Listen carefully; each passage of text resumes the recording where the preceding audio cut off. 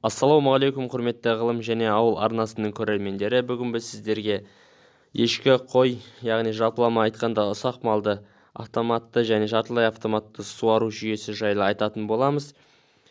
Шаруаның қолын ұзартып, еңбегін жеңілдететін осы бір керемет аппарат жайлы білгіңіз келсе, осы видеоны соңына дейін қарап шығыңыз.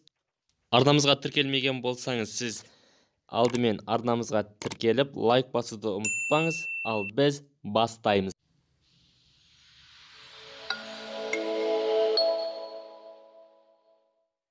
Бұл қондырғының шаруа үшін негізгі екі түрлі пайдасы бар. Оның біріншісі, Алмазбек Садырбаев ағамыз өзінің бір сөзінде, оның еңбегі қиямет болмауға тиісті деген болатын. Яғни бұл еңбекті, қол еңбегін жеңілдетеді. Екінші бірі, адам үшін ең құнды дүние ол уақыт болатын болса, шаруаның уақытын үнемдеуге осы бір кішігірім қондырғы көмектеседі. Сонымен бұл қондырғыны қалай орнатуға болады? Осыған жауап беріп көрейік. Мынау біздің сиырға арналған су беретін құрылғымыз. Бізге осыдан қазір ешкілерге арналған су беретін құрылғы жасаймыз. Неке мынандай шланга керек болады. Мынандай екі жалғағыштар керек болады. Және бізге төбесіне канистр қоятын болғандықтан, мынаны канистрдің астынан жібереміз. Үстіне канистр қоямыз. Резинка қойып, онымен бекітеміз. Бізге қазір мынандай пружина керек болады. Мынандай жалғауыштар, мынаны жоғарысынан бұраймыз. Сонда бізде толыққанды суару несі пайда болады. Мынау екеуі қосылады. Былай тұрады. Ал енді бұны жасау үшін қазір біз бұны шашып көреміз. Болғанда мен көргем, енді сіздерге көрсетпекшімін.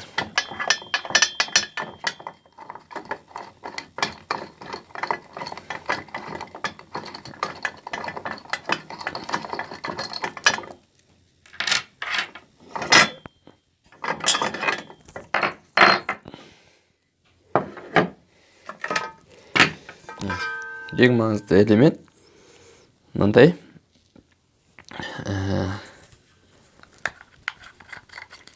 Бұл жерде мынадан су келді, ортадан су тұрады.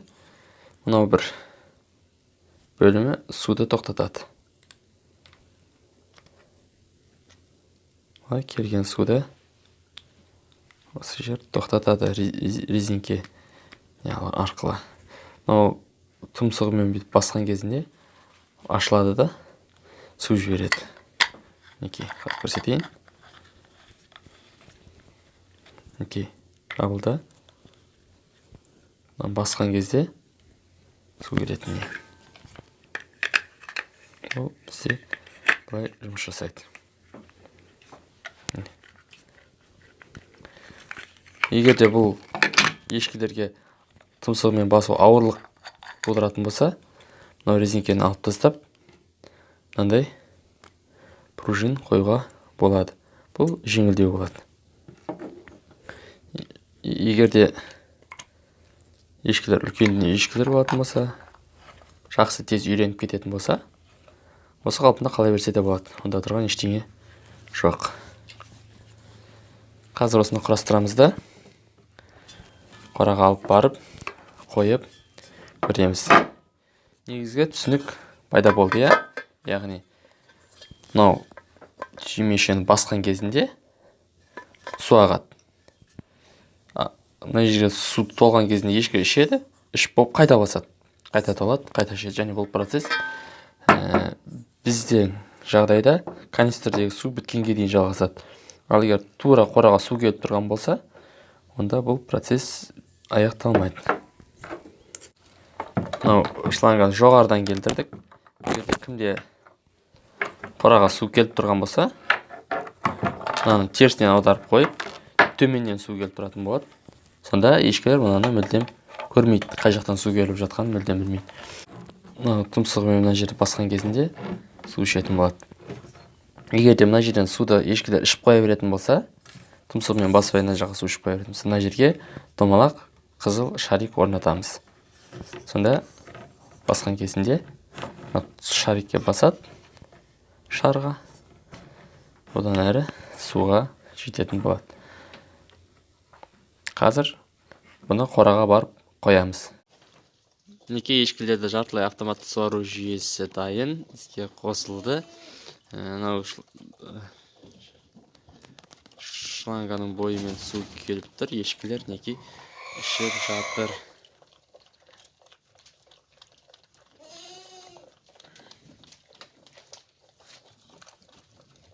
Номер 14-ші ешкі. Бізде су жоқ, сондықтан да мынандай канистрге су құйып қойып қоямыз. Су қатпайды. Және әрдайым оларда су болады. Қане көрсетіңдерші, ыдыстарын көрсетіңдерші. Өтіш, ыдысын көрсетші. Окей. Осындай ол жасалды.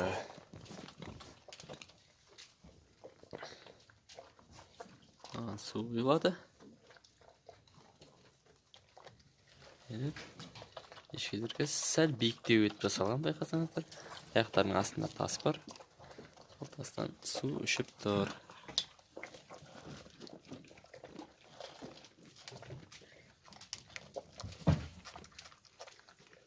Тұмсығымен итерген кезінде ар жағынан су келеді. Өте қарапайым жасалған. Ішіп болыңдар ма? Мындай суару жүйесі. Тағы бір ешкі келді.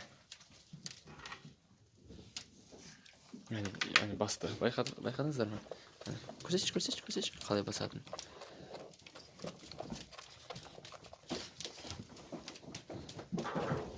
Окей.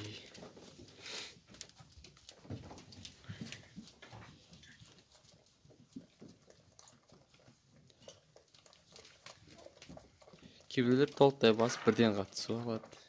Кейбіреулер енді бүгін жаңа қойдық. Қойғанымызға 15 минутта уақыт болғаны жоқ. Мінекей ешкілер өте жылдам үйренуде. Мынау ешкі онша дұрыс білмей жатыр. Жаңа теке толықтай басып ішіп жатты. Бірақ үйреніп кетеді. Оған сенімдеміз.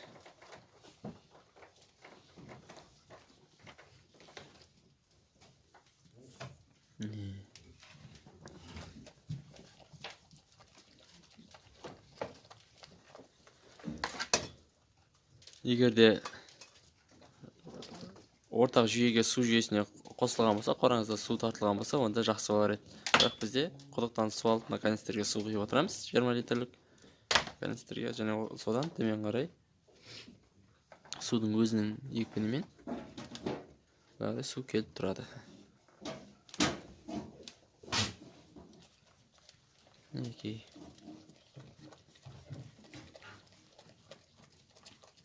Негізгі үй жануарларын суарудың 3 түрлі жүйесі бар. Біріншісі ниппельді суару жүйесі, екіншісі деңгейлік суару жүйесі, яғни уровень бойынша, үшіншісі осы механикалық суару жүйесі. Бұл механикалық суару жүйесі, яғни жануардың өзі тұмсығымен түртіп, сол арқылы су келеді, солай суарылады. Осымен біз ешкілерімізге арналған суару жүйесі жайлы айтып болдық. Егер де сізге ұнаған болса, онда міндетті түрде арнамызға тіркеліп, лайк басып, комментарий жазып қалдыруларыңызды сұраймыз. Себебі біздің көрермендеріміздің 75% бізді тіркелместен көреді екен. Тіркелулеріңізді сұраймыз. Жалпы осы автоматты суару жүйесі жайлы өз ойларыңызды міндетті түрде комментарийға жазып қалдырыңыздар. Жақсыны көрмекке дейді. Сондықтан да WhatsApp, Telegram желілерінде, әлеуметтік желілерде осы видеомен бөлісулеріңізді біз сұраймыз. Құрметті бауырлар, өзіміздің ана тіліміздің қолданыс аясын бұдан ары кеңейтейік. Сол үшін қазақша контентті дамытуға өз үлестеріңізді қосыңыздар. Сіздермен бірге болған мен Нұрғиса Қыдырбайұлы. Келесі кездескенше аман сау болыңыздар. Ғылым және ауыл арнасы.